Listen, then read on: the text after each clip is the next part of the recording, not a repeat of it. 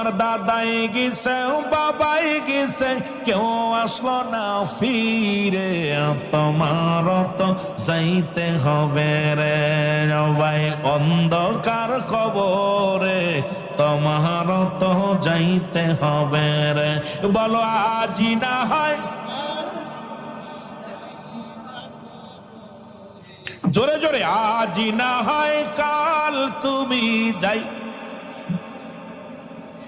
যাবার বেলায় দেখবে চেয়ে গো